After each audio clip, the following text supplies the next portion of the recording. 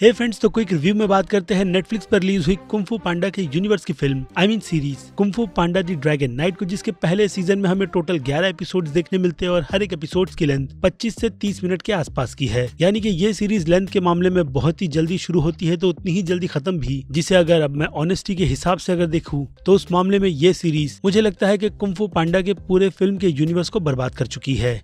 जी हाँ, आपने बिल्कुल सही सुना, क्योंकि कहानी और इस सीरीज की जिस तरीके की प्रेजेंटेशन की गई है वो पहले तो बहुत ही ज्यादा बचकानी लगती है, इतनी कि इस सीरीज को सिर्फ और सिर्फ बच्चों को ही टारगेट कर बनाया गया है। हालांकि एनिमेटेड फिल्म आज की तारीख में बच्चों की भी बनती है और बड़ों के लिए भी, जिसमें कुंग-फू पांडा के बाकी के पार्ट्स बच्चों से लेकर बड़ों तक को बहुत ही अच्छी तरीके से खुद को कनेक्ट कर लेते हैं। लेकिन अब नेटफ्लिक्स पर इसकी सीरीज का मतलब यही है कि बेबी बॉस और how to train your dragon की तरह इस सीरीज को सिर्फ और सिर्फ बच्चों को ही, जैसे कि मैंने कहा, टारगेट कर बनाया गया है। यानी बड़ों के लिए सीरीज में देखने जैसा कुछ भी स्पेशल नहीं है, जिसे अगर आप देखते हो तो वो बस आपका टाइम वेस्ट ही रहेगा। क्योंकि कहानी की अगर बात की जाए तो कहानी इतनी ज्यादा प्रिडिक्टेबल है, जिसकी शुरुआत से ही आपको इसके अंत का बहुत ही अच्छी तरीके से पता रहता है, जिसकी बाकी बची कुची कसर तो इसके टीजर ने ही हमारे सामने रिवील कर दी थी कि इस सीरीज की कहानी असल में कुछ एंशिएंट वेपन्स को कलेक्ट करने की रहेगी, जिसमें से अब तक सीजन 2 के अकॉर्डिंग पूरा काम नहीं हुआ है। यानी सीजन 2 में चाइना से निकलकर वो अपनी अलग जर्नी पर जाएगा, अपनी पूरी अलग टीम के साथ, क्योंकि पुरानी टीम उसके साथ बिल्कुल भी नहीं है, जिसमें अब उसका साथ लंदन से आई हुई एक नाइट दे रही है और एक मंकी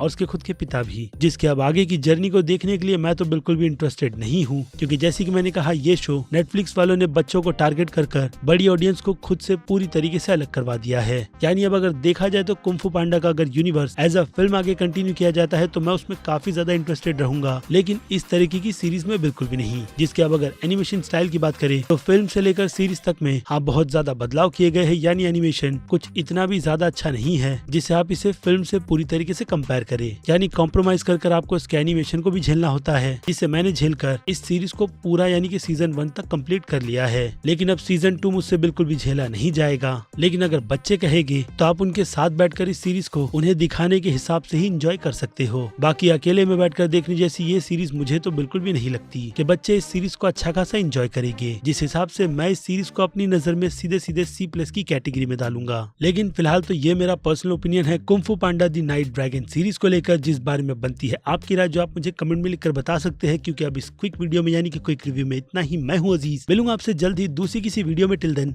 बाय।